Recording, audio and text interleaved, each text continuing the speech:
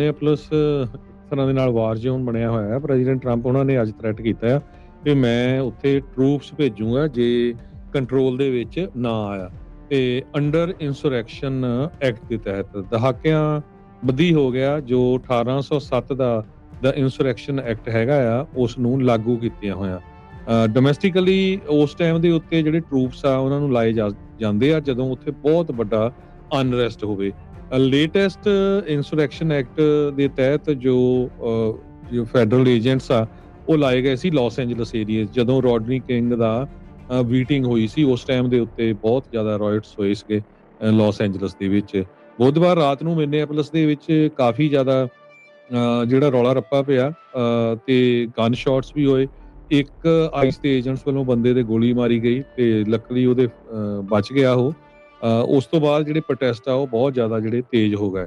ਲਾ ਇਨਫੋਰਸਮੈਂਟ ਦੇ 200 ਦੇ ਕਰੀਬ ਜਿਹੜੇ ਡੈਮੋਨਸਟ੍ਰੇਟਰਸ ਆ ਇਹਨਾਂ ਦੀ ਕਲੈਸ਼ ਕਹਿੰਦੇ ਵੀ ਕਈ ਘੰਟੇ ਜਿਹੜੀ ਚੱਲਦੀ ਰਹੀ ਤੇ ਆਈਸ ਵਾਲਿਆਂ ਨੇ ਕੈਮੀਕਲ ਇਰੀਟੈਂਟਸ ਤੇ ਫਲੈਸ਼ ਬੈਂਗਸ ਜਿਹੜੇ ਆ ਉਹ ਯੂਜ਼ ਕੀਤੇ ਹੈਗੇ ਆ।